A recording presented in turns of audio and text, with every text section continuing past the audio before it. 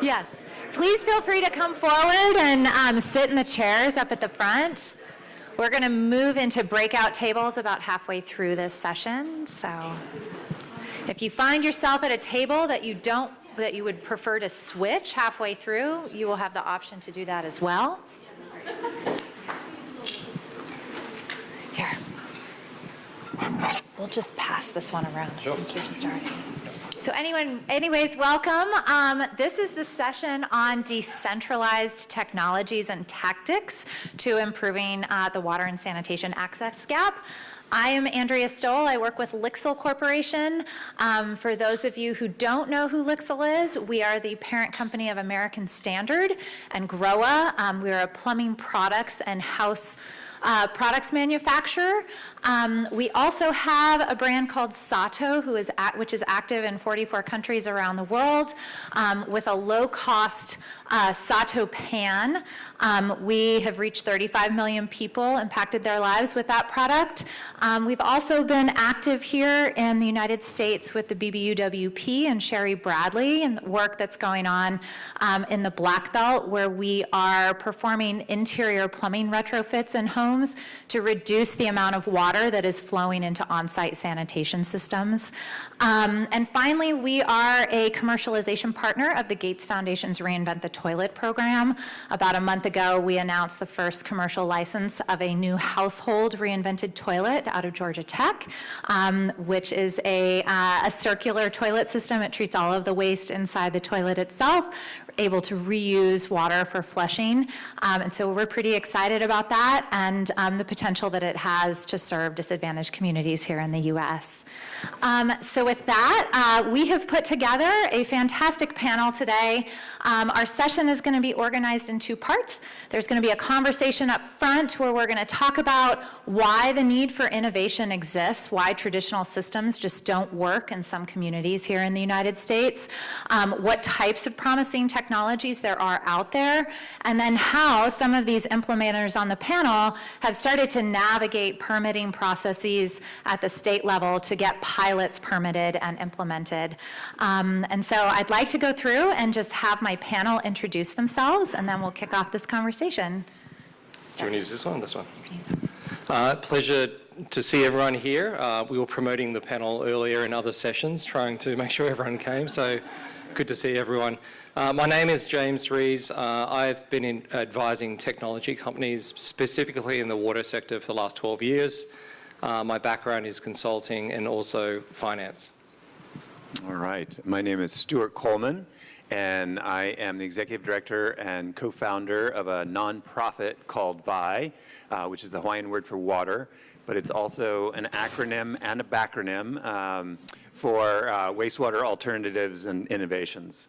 We knew we wanted the word VI, so I had to just go back and figure out what that was going to be. And it's a pleasure to be with you here all today. Hi, everyone. My name is Kelsey McWilliams, and I am the CEO of Point of Shift. And Point of Shift is a circular sanitation alternative septic design consultancy, and we work all over the U.S. to do non-septic-based sanitation and wastewater. Hey everyone, I'm Tate Rodgers. I'm the founder and principal at Triangle Environmental. We're a small business based in Durham, North Carolina, and we've done a lot of international wash consulting over the past decade, and that takes on a lot of forms. But more recently, we're working on product development in the on-site wastewater treatment and reuse space, and more focused here in the U.S. Great. Thank you, guys. You might be wondering why this panel is so sanitation heavy.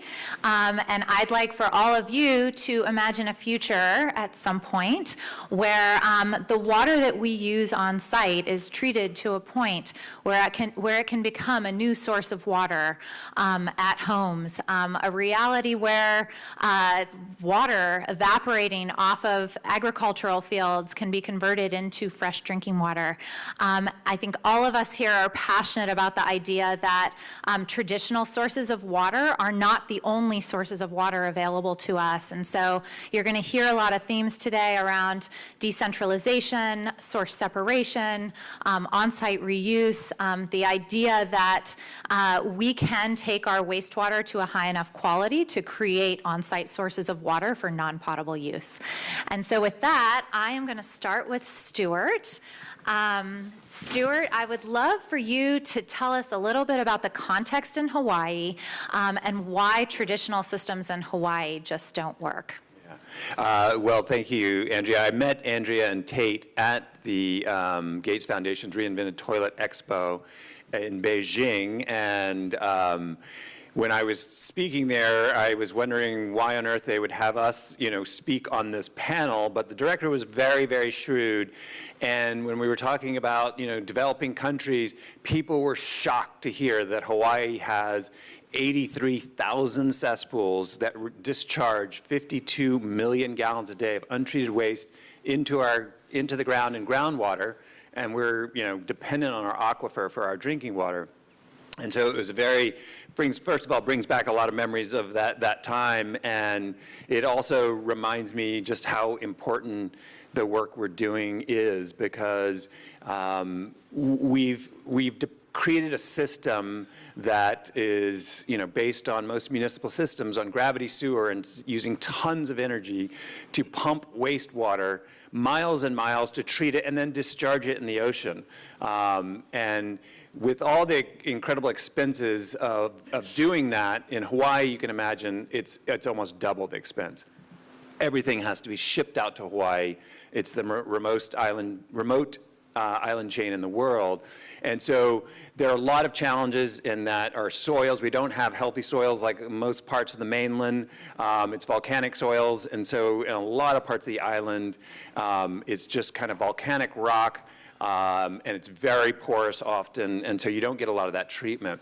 So we've kind of had to figure out and find ways to introduce new technology to Hawaii that can treat it better. One, we need to make sure that it does denitrification, because there are new studies that just came out showing that the nutrient loading from our cesspools is harming the reefs. And it's one of the major causes of coral reef decline.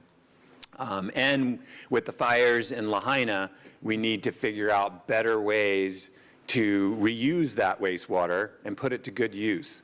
And so there are a lot of interesting challenges that face Hawaii that are unique to Hawaii, but it also involves everything we're trying to do, because like the risk of fire is something that every one of us is going to be dealing with as a new reality. It's almost like a new season, the fire season that's coming up. And so it's something that we've had a pleasure of kind of turning that challenge into an opportunity for new technology and in blending that with indigenous wisdom and trying to find ways to help Hawaii's people.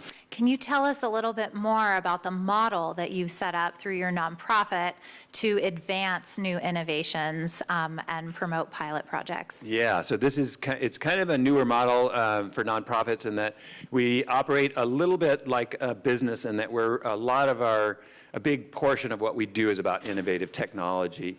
And so we're agnostic about who we choose and who we partner with. But we realized if we're not working to bring these companies in, they're not going to just come in on their own. And you have a very difficult culture in Hawaii that's very tough to get into for national and international companies. And so we vet a lot of companies for each kind of technology that they offer and find what we think is the best. And then they have that kind of nonprofit, seal of approval in a way, and that we really believe in this. And so then we set up pilot projects and do demonstration projects to, make sure that they are effective and to show proof of concept, for the people in Hawaii, because we have a very reluctant Department of Health to approve new technologies. Yeah, and there really has been unprecedented investment in new innovation over the past 10 years. A lot of it spurred by the Gates Foundation and their Reinvent the Toilet program, but we're starting to see technology trends take place. And Tate, as a technologist and someone who actively develops new technologies, I'd love for you to share a little bit about the trends that you're seeing in this space. Yeah, and Stuart doesn't have a tough sell getting companies to come work in Hawaii. We're trying to figure out any way to go work in Hawaii. Yeah. This meeting this week is really interesting for me because my start and the company start was in international wash. This is the first event I've been to in the U.S. where the word wash was used. Like wash has typically been an international thing. So it's cool that there's this crossover of kind of my company's two lives, which is like the international wash consulting and this like on-site systems development. So I think it's a very, very exciting time, especially here in the U.S. I mean, there's big problems, but we're being forced, whether we want to or not, to think about innovative solutions. And so from a technology standpoint of trends, there's a lot of big drivers, including economic drivers. I mean, there's just, like for buildings, if you want to treat your gray water on site and reuse it on site, there's just pure economic drivers. There's regulatory drivers. As most of you probably know, on the water reuse front, San Francisco, Austin, New York are kind of leading the effort in making sure, like forcing new businesses to reuse their water. So buildings in San Francisco above a certain size have to have on-site reuse. And then there's climate drivers, which are really, climate change for a long time. You could deny it, but now it's just coming to people's front door. And so it's just like you're really having to think through new solutions. So there's a lot of challenges, but there's a lot of things that are pushing the need for new innovation.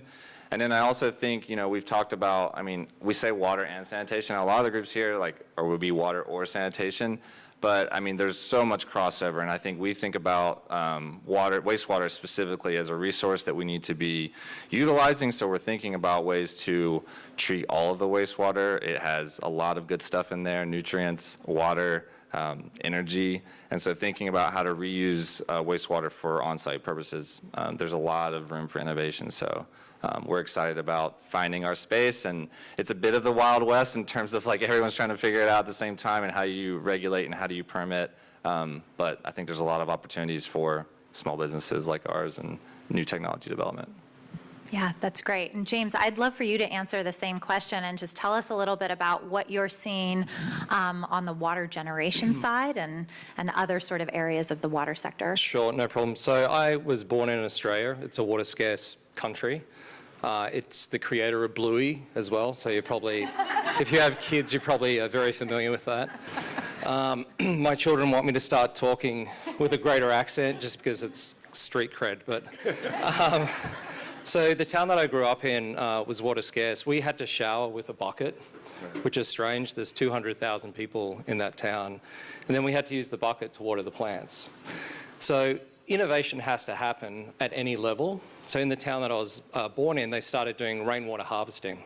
So putting tanks on the sides of buildings, capturing the water and using that to water plants and also to use for grey water as well. So what I'm seeing in the US is, from a wash perspective, that has to apply. Innovation has to happen at an industry level, but also at a community level, and it's something that I haven't seen happening. Excuse me. Yeah, and these innovations are challenging to introduce, right? There's regulatory structures that you may sometimes be up against, and they're in place for a very important reason, right? To protect public health. But Kelsey, on to you. I'd love for you to tell us a little bit about how you are tapping into innovative permitting pathways at the state level to try to get new innovative on-site systems cited in the U.S. Yeah, I first want to start out and say, regulators are human beings. I just think that needs to be said more. We kind of forget it because sometimes there are these major obstacles. I'm also a big fan of regulators for what Andrea said in terms of they're really looking out in general for our best interests in terms of public and environmental health. And so when I speak about the regulations that I'm working through and the regulators that I work with, it's specifically for on-site one-off systems. And I think that's really important to note because regulations throughout the US are very dependent on the size of the system, where you are, the region, the people, the authority, and I'll get into all of, or some of that. I think I have 5 minutes. But the permitting pathways that we've been kind of exploring and using specifically in Vermont and Maryland is called innovative and alternative treatment technology. 28 states in the US have the words alternative treatment technology in their code. I would say about 5 to 7 of those are really clear pathways. And by clear pathways, I mean these are states that are looking at alternative treatment technology. They have staff to review it, and they have staff to implement it. some of the limitations that we find, and again, this is back to the point, regulators are human beings. A lot of these departments are overworked and understaffed. So we've gone to, specifically in Maryland, to regulators in Maryland doing a system that's separating black water and gray water, and one of their big concerns is that they don't have the staff to test it, or to monitor it, or to evaluate it. And we've been like, we will test it, we will take care of that. We can only do so much, right? Regulators got to see what regulators need to see in order to approve this. And that's just something to consider when you're doing this. But a loophole around that too is regulators are really, really into repair. This is not novel to anyone. I feel like I'm presenting as like this novel idea. They're really, really into repairing failed systems. That is their priority. Alternative tech pathways, wide open for that. If you can meet disposal rates in states that already have continuous pathways. There's also another pathway through standards. I think we're mostly familiar with the NSF standards 40 and 41. Most of these people on this panel and in this room are familiar with that standard, but if you're not, pretty much as a new innovative technology, you can get certified in that standard. There's a lot of people who can tell you about the hardships of getting certified, and that's something to remember. But this standard is in a lot of codes. So that's another way states are doing adoptions and innovation. They're saying, if you get it tested by this, cool, yeah, earmarked, you're in the books. The last thing about innovative permitting and regulations to remember is that it's also really community driven. I come from Vermont, and I'm looking at two wonderful people from the Rich Earth Institute, and they're leading a lot in urine diversion, which is super new and novel, but they've worked for 12 years with regulators, so much so that in the alternative technology list in Vermont, you can have urine diversion plumbing, which is amazing. They've also marked urine as a biosolid. So biosolid is typically the sludge that comes out of centralized treatment. If you pasteurize urine to all of those degrees, you can put it on farms. So just really cool stuff happen when you start to talk to your regulators, when you know your regulators, and when you have systems for your communities that you can implement. Yeah. Yeah, that's great. And that's actually a great lead-in back to Tate. Tate, I'd love for you to tell everyone a little bit about the technology that you've developed, that you're pilot testing in Virginia right now, and what that piloting process has been like for you. Yeah, I mean, I think we're looking, so like I said, it's kind of the Wild West in marketing. And one thing I forgot to mention earlier, I mean, some of us were just at this water reuse summit a few weeks ago, also here in DC. And Adam and I were talking about, we really came out of that invigorated. And because there's so much new development, but a lot of that is in like urban settings. And I think, as you, and larger scale, and as you start to scale down all the way to the household levels, these problems get harder and harder to solve at a cost point that makes sense and that regulators are happy with. So, when we're starting to look for markets that we could potentially go to, the market's very segmented. And so I think you're trying to look for a bunch of things: need, demand, a regulatory permitting environment that's, inviting. And then, of course, like the thing that keeps coming up is like local partnerships. So to establish trust, we're working in Virginia right now. So I just want to talk about that a little bit. And we kind of shortcutted the trust thing in a way on accident. That's worked out well for us so far. So through multiple organizations, the Planning District Commission, Middle Peninsula Planning District Commission, so this is Eastern Virginia, the Virginia Sea Grant, which is a federally funded thing for, I think, every coastline state has one. And then this Rise Resilience group, they were looking for coastal resilience problems. So they actually worked together to put out RFPs. They were looking for, they're really also struggling to get business to come in. So they had some funding from Go Virginia, so the Growth and Development Group in Virginia. And so they put out a challenge specifically asking for gray water and septic solutions. And so we're based in North Carolina, but really Eastern Virginia was not on our radar of like places that we should be thinking about. You don't really think of them as a water scarce area. But when we started to look into the issue, we ended up getting funding to test a system there. They're facing some of the worst sea level rise in the country behind the Gulf. They're having saltwater intrusion into their wells. They're depleting their aquifer, which is making them sink quicker. And so their septic systems are flooding, and they're getting saltwater, and their wells are disappearing, and they're having to drill multiple wells. And so it was an interesting way into the community because all these organizations basically put out this call for innovative solutions, and not to come fix the problem, but just to come test and pilot. And so we're piloting a system. It was originally designed for gray water, but they really have this need for septic tank effluent, and they really wanted something that could be elevated and be flood resilient. So now our system that we're piloting there is 6 feet off the ground to meet FEMA insurance regulations. So any new construction or electrical work has to be base flood elevation plus 3 feet. And so it's been a cool way to kind of get into this community and demonstrate our technology. So we are piloting, it took us a year to get a loophole-ish permit basically for us to pilot our system. So we're connected to a residence that's on the Public Access Authority, which I should talk about more as well, that already has an existing septic system. So we are just taking from the septic system and putting into the drain field. So literally if we fail miserably, nothing can happen. And it still took us 10 months to get a permit because they just had no way of permitting it. There wasn't really a pilot type program like this. That's one thing we're trying to get set up in Virginia that we want to implement elsewhere that invites innovation, because we would have never gone there because it was just too much resources to basically just pilot a system there. So there's some interesting things. They're really needing a solution, but the fact that it took us a year really had some positive effects. So we've been just talking with the Department of Health. And like you said, permitters and regulators, they're not evil. They really understand the problems of their community, but their hands are tied in a lot of ways. So I mean, they know that there's a ton of failing septic systems in the area, and so do the homeowners. But what happens is, as soon as the homeowner says, I have a failing septic system and it's on their record, then they're on the books they need to replace it. For all the issues I just mentioned, systems there, and you're discharging in the Chesapeake Bay, so it needs to hit higher nitrogen standards. So advanced systems are costing them $50,000 to $70,000 to install for a homeowner, which doesn't matter if you're middle class or that's prohibitively expensive. And so we are trying to build the community there, pilot the system, basically by piloting it in the fashion that we are, we're not promising anything. We say we want to demonstrate it. And now that it's up and running at that residence, we'll have another one up and running at a commercial building later in the fall. People, homeowners, regulators, politicians can all come out and put their hands on this thing.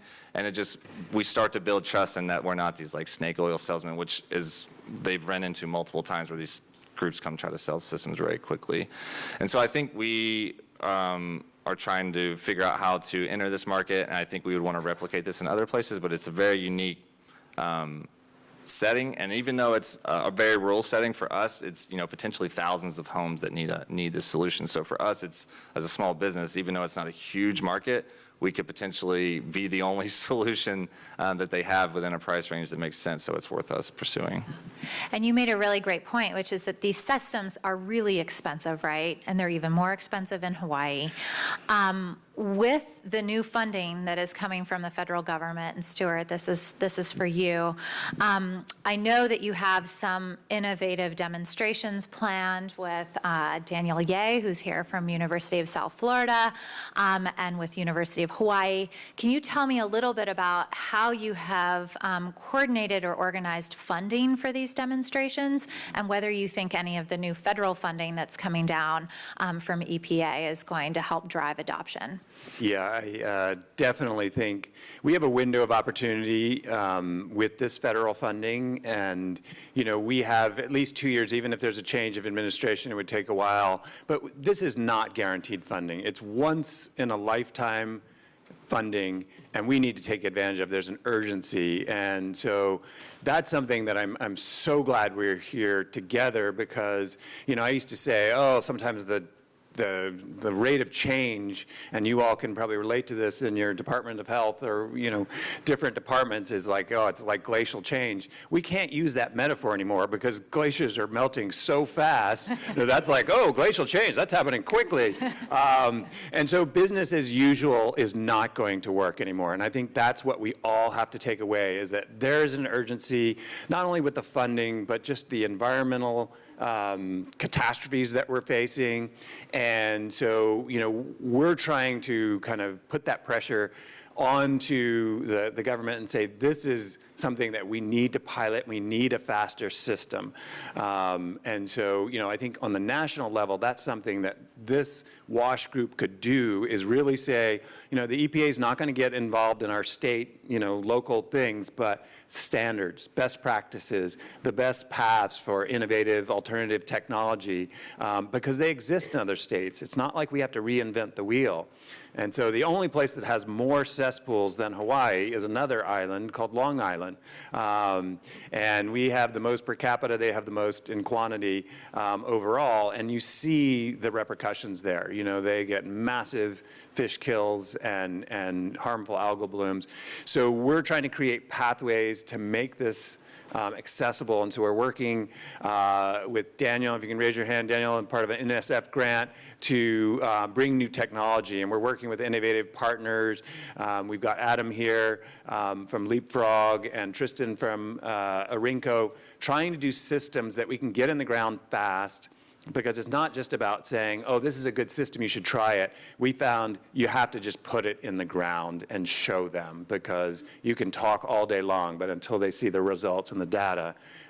So we're really trying to walk the talk, get these in the ground, and show people that this can work, has to work, because so many of these cesspools are in coastal areas that are being already inundated. Like it was being said that, we need to get these going now, because, we're already looking. There's one area in Hawaii called Hawaii Paradise Park, and they have the most cesspools in Hawaii, 1,000 in this area. And when they tested wells, half of the wells showed fecal indicator bacteria in the private drinking water. Now, if that doesn't motivate you, I don't know what's going to motivate you. I really don't. Well, James, I know that you've been involved in some innovative funding models overseas, and I would love to know, are there any models that you have seen work to fund new technology demonstration or implementation that you think could be brought to the U.S. as an example? Yeah, in the main session, I raised the concept that corporates need to be involved in these projects. We shouldn't just rely upon the government as the holy grail or the silver bullet to provide funding for these solutions. Corporates come at this from another different angle. They certainly want to make an impact, but they want to show that they have a social license to actually operate in any region of the US. So the residents are buying their services or buying their products, or they're using raw materials. In California, all the crop comes from there. So if you're Nestle or Coke or PepsiCo or any FMCG company, that's where your profits come from. So, the companies should be giving back to the people and should be giving back to the environment. So we've all seen the carbon boom and carbon offsets that's been happening over the last couple of years, and the focus has been on the environment, reducing carbon, becoming carbon neutral. Over the last couple of years, leaders within the water sector, so companies that are using a large amount of water, energy companies, textile companies, to make a pair of pants, it takes 18 years of fresh drinking water to make a pair of jeans. FMCG companies, data centers, so Microsoft, Amazon, etc. With the advent of AI and machine learning programming, for every 5 queries that you're doing on ChatGPT, it's a bottle of drinking water, right? So we've got to realize that the amount of water that these companies are using is going up, and the communities either are providing the services, the raw inputs, or the water.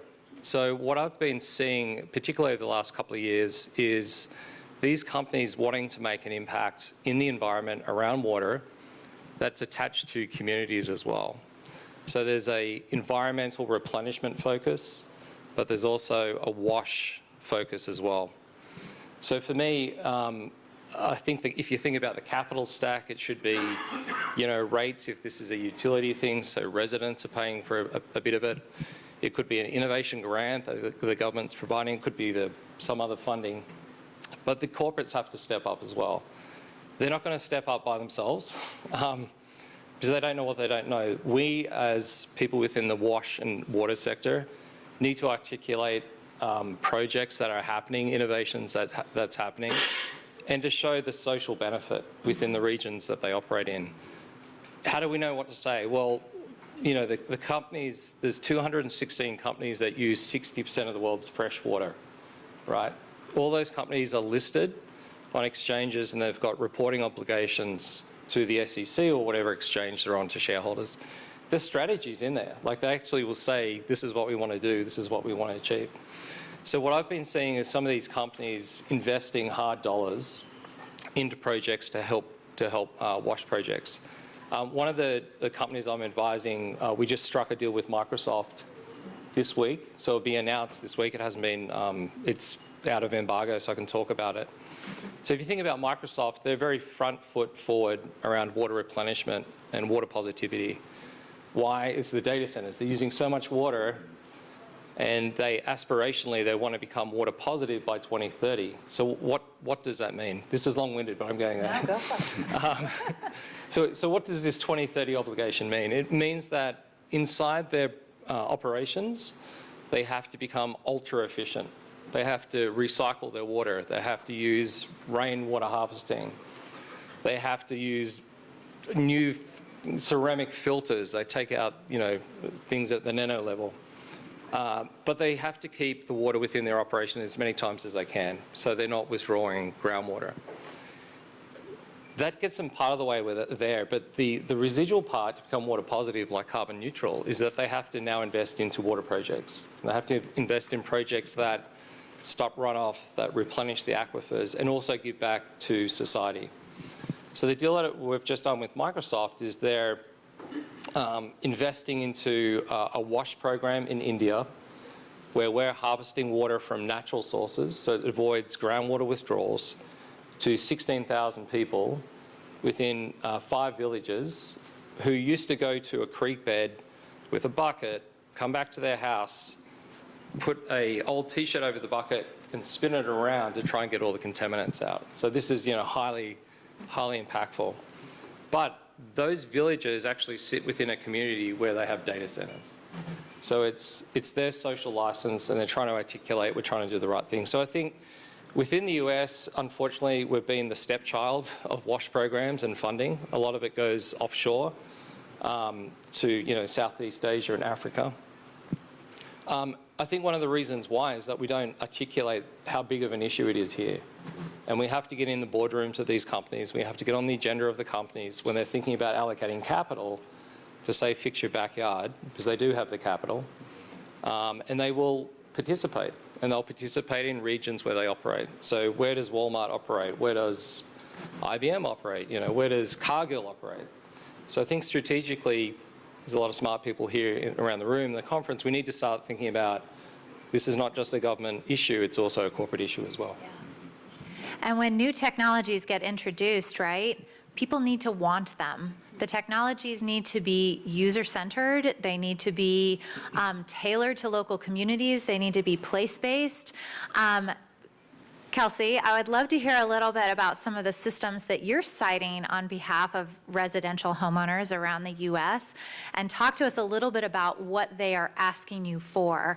I think it's easy to think that some of these innovative solutions are inferior perhaps to piped infrastructure, but I think a lot of us really view these as leapfrog solutions, no pun intended, Adam. But these are the solutions of the future. These are the homes of the future where source separation happens, waste is treated on site. But I would love to hear what some of your clients are saying to you and what type of user acceptance you're seeing. Yeah, it's such a good question because I do think it is what do people want? And I think from sanitation's perspective, we're really good at hitting a need. You need treatment. We need to treat this, but I don't think we ask a lot of the time, and when we go outside the house, we ask what you want inside the house. Do you want a rain shower? Do you want water-efficient faucets, if you're lucky enough to have that decision? But we don't really ask, what is your dream for your waste on the outside? So that's what I ask that question a lot with clients, and I think that's what some of these source-separating technologies allow for us. It allows us to be like, what do you want your waste to be utilized for? Do you want extra water for irrigation? Do you want extra, I also also live in Vermont, and you can assume there are a lot of hippies in Vermont, and you wouldn't be wrong. And I think there's like such an interesting concept of there are people who want to poop in a bucket, and then there are people who have to poop in a bucket. And they live in the same world, and they live in the same country. And I think these solutions or innovations, they're just adding more tools to our toolboxes. And what clients are coming to us for are generally like threefold. They generally want cheaper systems. I mean, 50,000 to 70,000, you need funding for those kind of systems. It's such a large funding. Generally, people will do anything but want a sand mound septic. I've never met someone who's super excited for sand mound. If you are, please come talk to me. I would love to talk to you. Environmental is a huge concern. We're seeing more and more people become aware that there are nutrients in our waste that go into water bodies and wanting to do something direct about that and knowing that traditional methods are not good enough. And then last, we're seeing a lot of, water. We talk about water. People are aware of water. They're aware of the water that comes into their house. They're aware of the water they use. And they're also aware of the water that leaves their house that could be used for irrigation or for flushing, saving not only money, but helping the environment. I mean, if you could have your lawn be drip irrigated and a continuous source of water for irrigation, that could be a huge way to use your waste another time and for another benefit. So just as you're thinking about like what your toilet is, don't forget to dream about like the pipe coming out. I think it's something we don't spend enough time of like, what do we actually want this to look like? Like, what is the house of the future? And what can that be while meeting everyone's needs on the road to get there? Yeah. Wonderful. Well, I'm going to open it up for questions for about 10 minutes before we move into breakout sessions. Before we do that, I'm going to tell you a little bit about what's going to happen next. We have invited 3 technology companies to join us. There are 3 tables set up at the back of this room. One is represented by Adam DeHeer in the back corner. He is with Leapfrog Designs. It is an on-site gray water treatment and reuse system. We have James Rees, who will be in the back corner over here, talking to us about botanical water technologies. It's a water generation solution. And we have Tristan Bounds from Aranco, who is sitting at this front table here, talking about his Prelo system. It is a small diameter conveyance system that is significantly lower cost than traditional piped conveyance infrastructure. So what you will be asked to do is everyone will split up. Choose a table of your liking. You will receive a 5 to 7 minute lightning pitch from each of these technology companies. And then you will be asked to answer a series of questions, which are posted on the Post-it boards around you, through the lens of that specific technology. This is not necessarily intended to be a collaborative discussion like many of the other sessions you guys might have been in. There are Post-it notes and pens on the tables. The ask is for you to provide your feedback on the Post-it notes and directly onto the papers themselves. We'll spend a few minutes at the end of that sort of discussing as a group, and then each group will get to share out one key finding with the rest of the session before we depart. So that said, I would like to open it up to a few questions before we break into our working groups. Yes.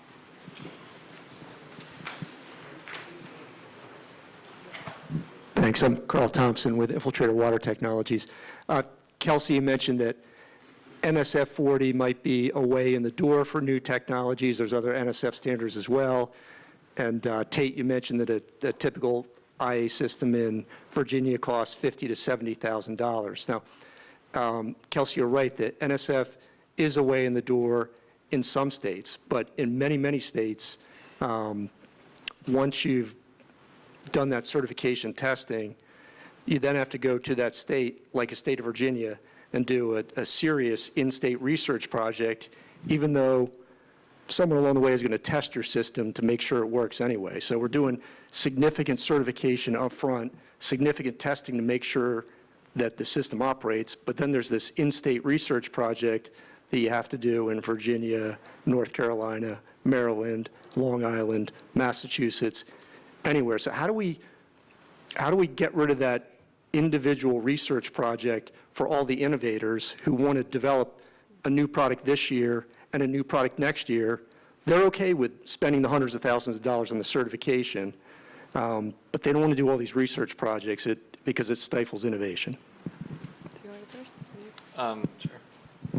Yeah, I mean, I'm big on, well, I don't know if this is the right answer, but I think, from our perspective, we're trying to work with, we have the ear of some politicians through the people that we're working with in Virginia. I mean, one of the things we're trying to do is think about innovative permitting for new systems as they come along. But then we're trying to actually get, they don't have this, they used to have something called experimental permits where you could go roll out 20 systems. They don't really do that anymore. They haven't done that in like 10 years. But where I really want pilot permits where there's pre-approved sites where you can come, in this community, there are some pre-approved systems that are certified, but I think we're gaining a lot of traction, not just with the VDH, but with the community there by demonstrating it on their wastewaters, in a real scenario. And I think if we can cut down they want to bring in innovators, and so if it's really cheap and quick for you to go test and demonstrate a system there as a commercial entity, I think that has a lot of value. I don't know if that answers the broad certifications I think have a lot of value, but there's limitations there. And I think it's only going to get trickier as we start separating more and more of the wastewater. And we have a big problem with where does the water go?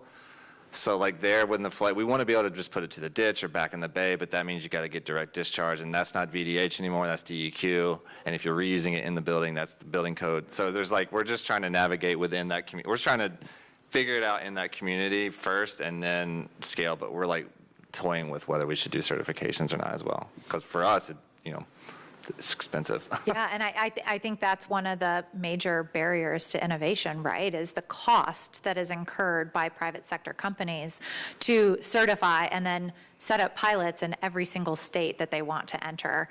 And so I think that's definitely something that we as a group need to think about ways to become more efficient with that path to market. If I could just add, Yeah. maybe have Kelsey Sure. comment. In the states where the NSF 245 is a way in immediately, and granted, they're going to check the system to make sure that works. That's a state like Florida. That system that Tate described, it costs $50,000 to $75,000. It costs $15,000 to $18,000 in Florida, just because there's that much more competition. It's the exact same system. Yeah. So with the botanical water table, and we'll go through it, we launched our first site in California because we thought if you can do it in California, you can do it anywhere, right? We went through a 2-year process with California Department of Public Health and DDW to show how a new source of water can be created for communities. One of these units can create 120,000 gallons of clean drinking water a day, so it's highly scalable. And what we found was we had to go through an educational process. So actually sit down with the chemists, the technicians, and the engineers. And I'm not faulting them. They're doing exactly the right thing. They're there to protect the public. But the issue with being over-protectionate and not innovative is that it stifles what other countries are doing around the world to enhance clean drinking water and provide universal access of clean drinking water to their communities. So I think, in the back of my mind with that company, it's okay, we've done it in California, but now I'm talking to other states, and we may potentially need to replicate it again and again and again.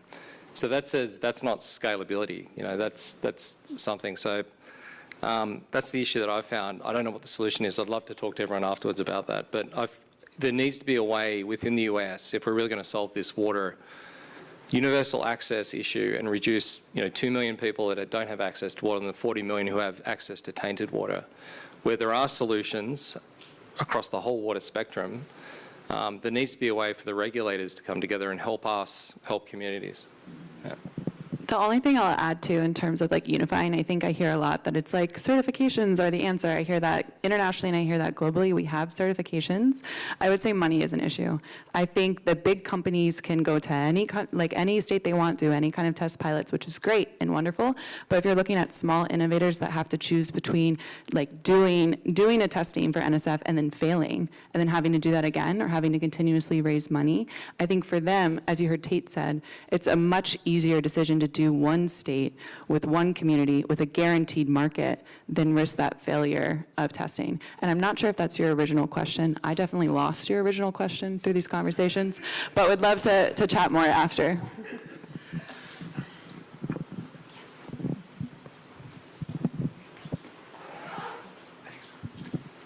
Kelsey, you mentioned that some states have these one-off continuous pathways. Is there any list of the states? You know, because people often ask me, oh, what can I do about this situation or that situation? And I don't know the context. I say, well, it's going to depend on your state, whether you can get, we call it an experimental permit in Alabama. Yeah. And if you, that gives you a decent amount of leeway to actually get a system in the ground and test it. So do you have a list? I do have a list. Yeah, happy to talk through and share. And I think the important thing, and I would love more help, right? Like, so my list goes really in depth in the states that I have clients in, right? Like, I know those states really well. I know the temperature of the regulators, because I think that's always a key. There's usually alternative system may be approved by at the authority of the director, right? That's in so many codes throughout the US. And that temperature of that director is super important to know whether one thing will swing easily or it will be harder. Or has there been innovative systems that are non-traditional in that state before is another great indicator. So if there's people with lists that also want to collaborate and share, I think that is a really valuable tool to come out of this for innovators and for community workers and people without access in terms of just, this is what's going, because like, it's why Michigan doesn't have any state regulations, it's all county. Massachusetts is to the town, Vermont is to the state, like Pennsylvania is to the county. If you go over to Montana and it's not the coast of the Pacific West, but like they do public health districts. So combining counties. So it's just, there's so many different ways that we've sliced up like what comes out of the house and what we excrete every day, that putting that list together, I think, to Stuart, what you're trying to do in Hawaii and everyone coming together of like, these are all the regulations, what is the best path forward? What is the best way to do it? Is it a certification? Is it more EPA regulation of like what is best practice? And I think having those points of like, this is how we do it in our region and coming together could be really helpful. Just a quick follow-up. Are there many states that will honor an approval from another state and basically transfer that in? Because we have that, I mean, in Alabama, it's roughly like that. You know, it's not a given, but they put a lot of weight on an approval from an adjacent state or Texas or something. From what I've seen, and I would love weigh in from other people too, it's like states that have tax agreements too that are friendly neighbors. So like New Jersey, Pennsylvania, New York, it's like who you consider your friendlies. I know a lot of people still weight California and what they're doing as kind of higher up. But yeah, anyone else? I mean, I was talking like to the head of the above VDH, I forget his title, in Virginia, and he was like talking about the need for innovative permitting. He was like, well, do you have it, like, what's a state that's doing it right that you like? And so they're all kind of like, I think the regulators are all very scared to be first in general, and so they want someone else to point the finger to if things go wrong.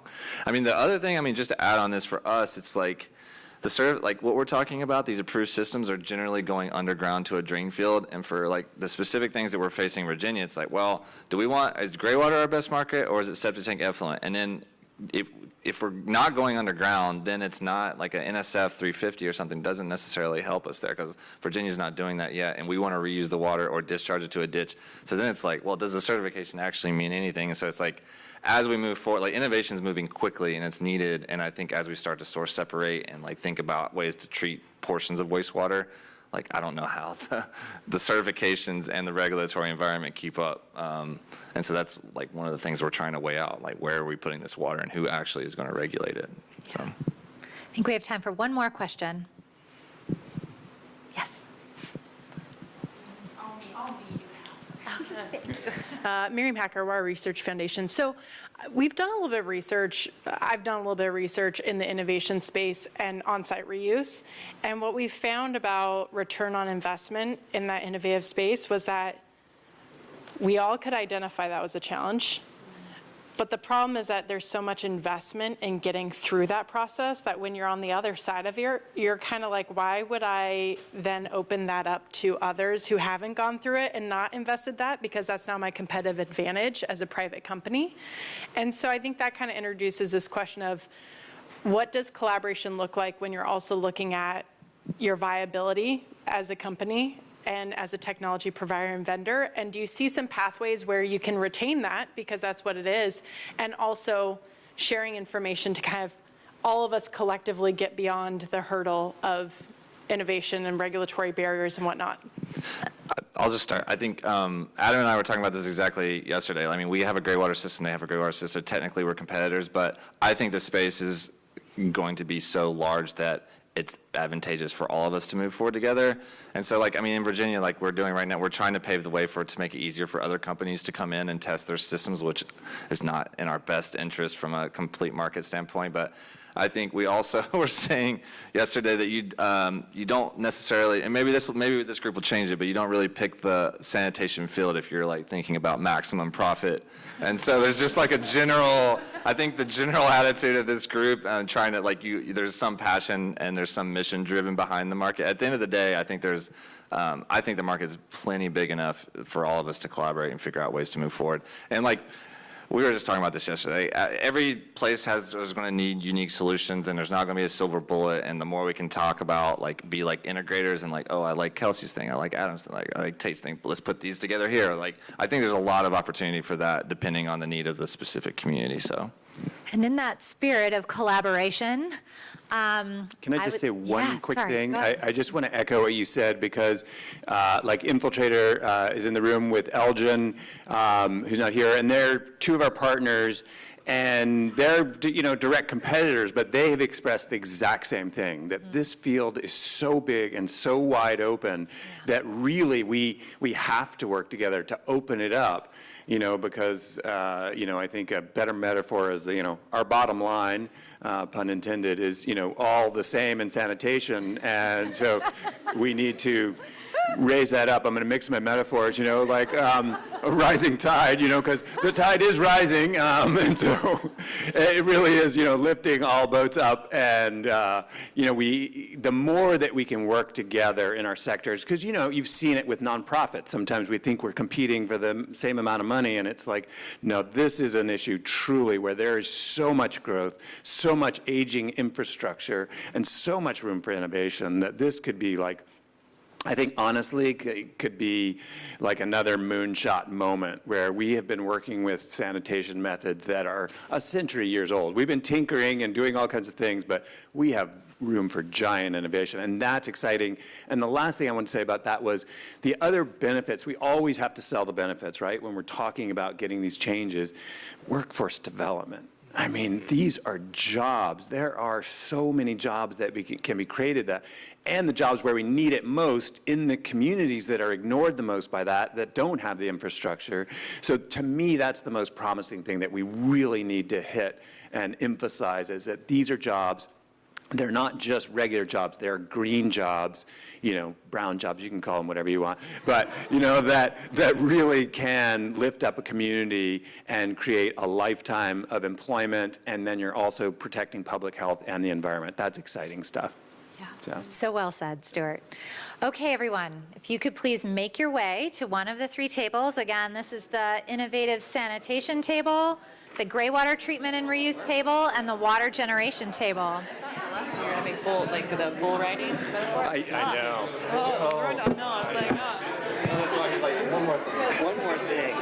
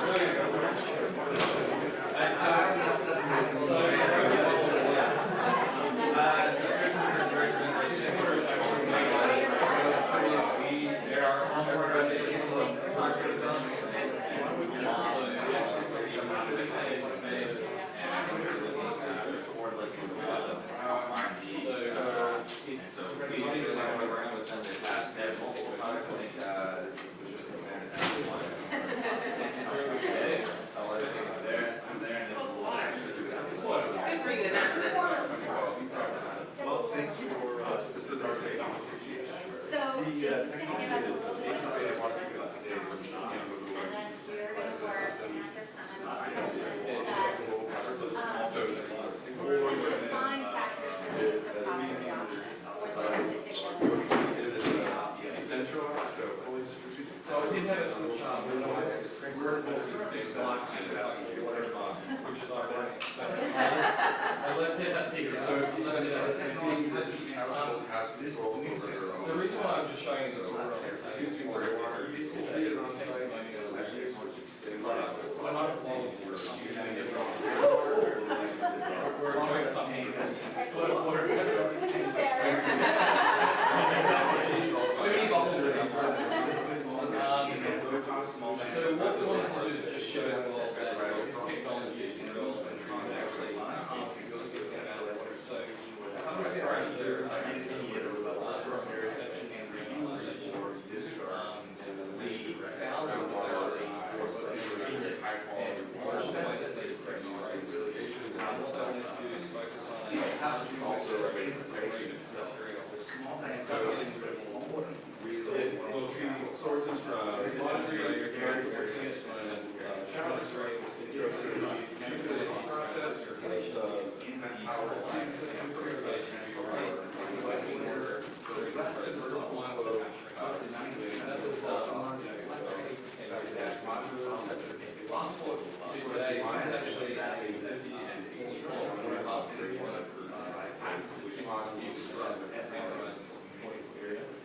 This is a very important question.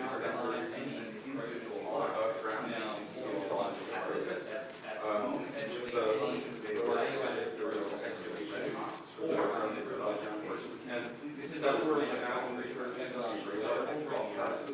We are also in our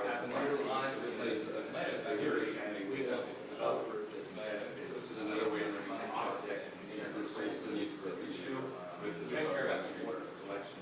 So as you're reusing water, typically what this recycling is field, which allows evaporating solids and water based on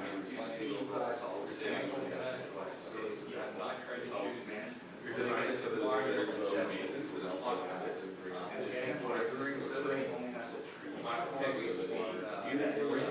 Service providers here and other places around the world, so this is our protections, centralized places, and they just put the water into the spring and pollutes with chemicals. So what we did is beyond being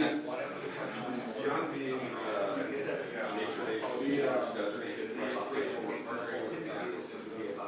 one of these units can process very little to the other how quickly uses water and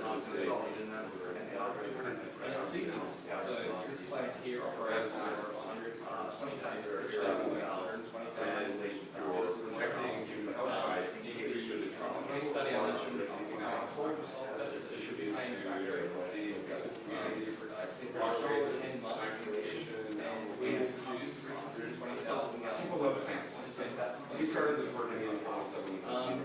So we created this is a project we realized the volume of water was harvested. Whether you're living in LA or you're living in the best place in human life, people realize taking something that's physically sustainable, go back and start seeing recovery rate treated with what really does impact on the cell. So what we thought about the these are very good factories. So this is habitat where we had frogs living in our system.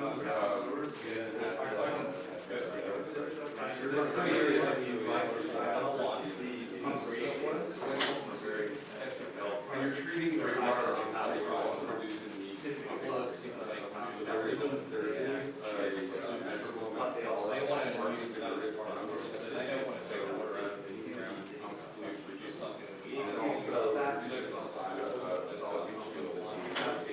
now, most important area of impact, obviously, I think I've emphasized most that they fund groundwater. So we're protecting our groundwater at the same time. Reducing the mapping software for protecting the scarce regions. Now, this is a single-family home processing site.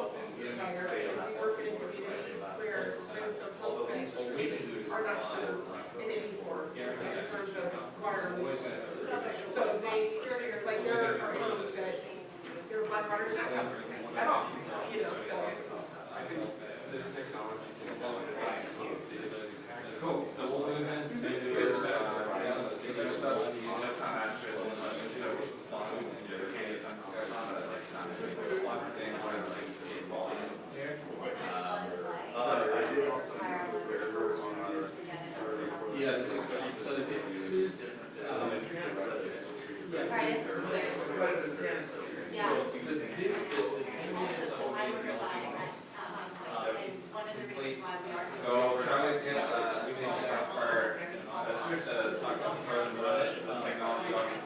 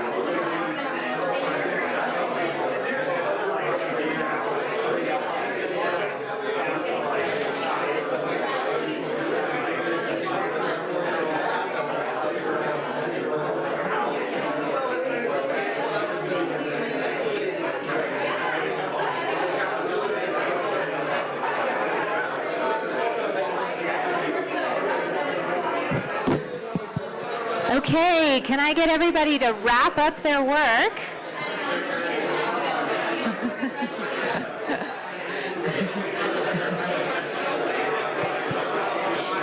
Hello, hello.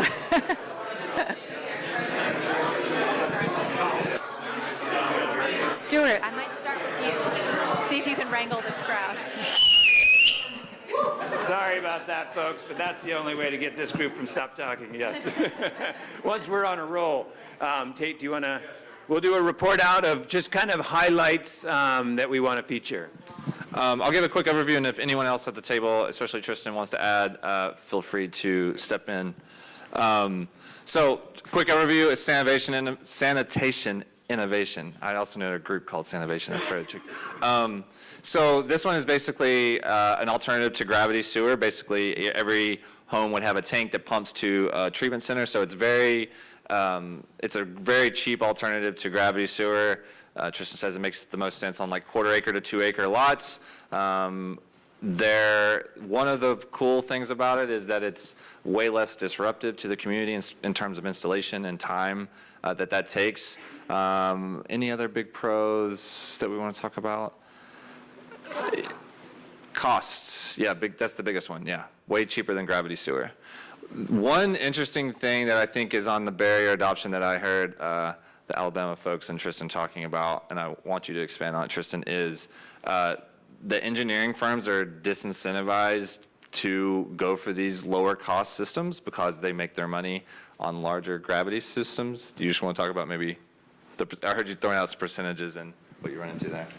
Well, yeah, I think that we've all a lot of us have run into cases in which, this technology is not known.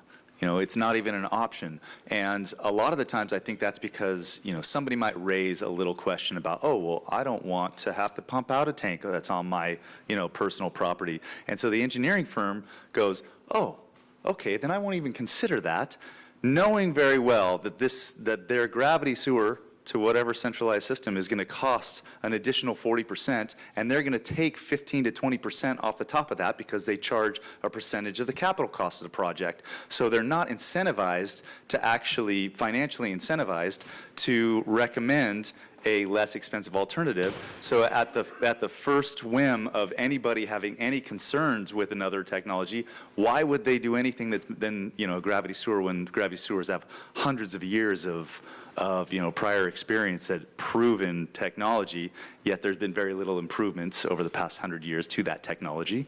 So yeah, they're very incentivized, obviously, to stick with, what's known and not use alternatives. Yeah, and then so the other one is just, Tristan just mentioned it's just like not lack of knowledge that these types of systems exist. I don't know how, maybe to the Alabama folks, how did this come on your radar? Was it on the radar of the municipalities at all before? It wasn't on the radar. We did a project in 1994, 95, where we were putting in individual on-site treatment systems and used an Orenco intermittent sand filter. And it was shortly after that they came out with the first version of their treatment unit, which was really an on-site treatment unit. It was a small unit. And I basically talked the Mobile water and sewer system into trying it at a new school. And they had to put in something like 24 or 48 of those small units to handle the entire flow. And that's when the discussion was, well, we need something a little bigger, I think, and it's evolved to this right here. So it was really just sort of happenstance, really, that we learned about it. We were trying different technologies in coastal Alabama to remove fecal coliform from shellfish growing waters. So we were using wetlands and intermittent sand filters and all kinds of things. And this was just very well engineered, easy to install, and it just kind of took off from there. It seems like that there's a lot of great examples where communities are super happy with the system. Are you ever linking? Like when you're maybe bidding or trying to talk to a new community that you're not involved with, are you linking them with other communities where it's been successful? Yes, Southern Alabama Utility is a local responsible management entity that operates actually a bunch of different small about 18 systems. now. Yeah, and that are both not only our collection system but our decentralized treatment technology as well. So they've actually really partnered with us, and they're a great reference for anybody who's interested in learning more from the operations or responsible management entity perspective. Great. And we brought a number of tours down through their operations over the years from all over the country. We're going to move to this table, but everybody keep an eye on who these technologists are if you want to follow up with them separately afterwards. All right, I'll just do a quick overview. So this is botanical water, and this is a good test to make sure that he's explained it well. So it's a plug-and-play system that would be at like a manufacturing plant for fruits and vegetables. So if Heinz asked you for a bunch of tomatoes, the pulp from the tomatoes for their ketchup, it's extracting the water through that process. A tomato is 95% water, and so it's what's coming out instead of that, instead of that pulp, it's the water that they're taking. And it requires very little treatment because it's just coming from the fruits and vegetables, which have already been pre-washed through the process. So very little treatment. We're already drinking, all of us here are already drinking the Kool-Aid, the water. So it's reducing the need to extract groundwater, right? Because you're using that water then to be able to contribute either to communities. It could actually be used for manufacturing of like sodas or soups, that sort of thing, instead of extracting groundwater. So there's like a huge sustainability piece. Am I doing all right?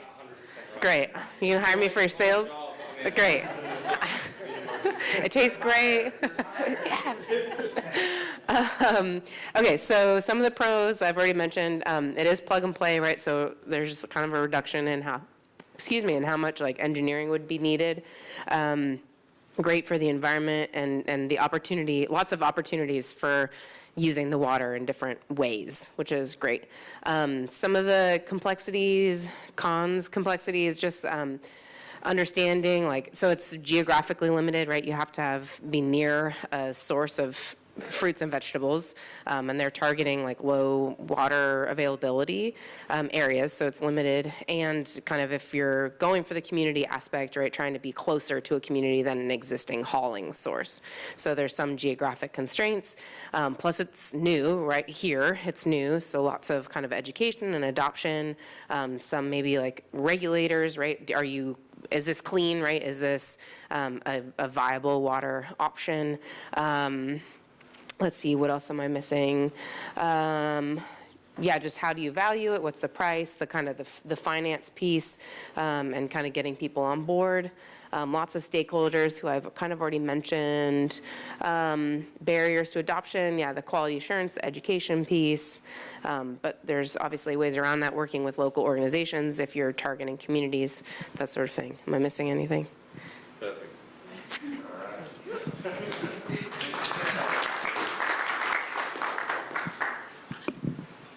Okay, so we have Leapfrog, which is a vertical flow constructed wetland. And I'm going to be a little biased here, but might be the most beautiful one in the room because it includes plants. But we talked about a lot of the pros, which is modular, so it can be fitted for different flows at like 50 to 80 gallons per one of these beautiful plants. This is also Nick, the co-founder of Leapfrog, so just want to point out, great photo. Some other pros that we had was reduction in drain field size, less septic pumping. It can be used in almost any system. So if you think of separating black water and gray water for maybe a composting toilet or an incinerating toilet, it can also be implemented in sewers if you have a centralized system or decentralized traditional septic, all with benefits within the system.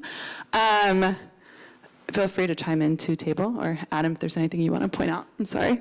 I'm going to skip because we are past time, but to some capacity building. So we talked about some source separated regulations, workforce needed to maintain and install, gray water reuse standards, some homeowner education, and then this is my personal thing that I like to PSA. Gray water is spelled both ways in U.S. regulations with an A and an E, and I would really like to change that. See, at this point, I'm so confused as to which is the right way, because every time I'm surprised. Maybe this is a quick crowdsource of like, how should we spell it? E? And is it one word or two words? Okay, that's not what a lot of states think. just telling you. Anything else to add? Okay, cool.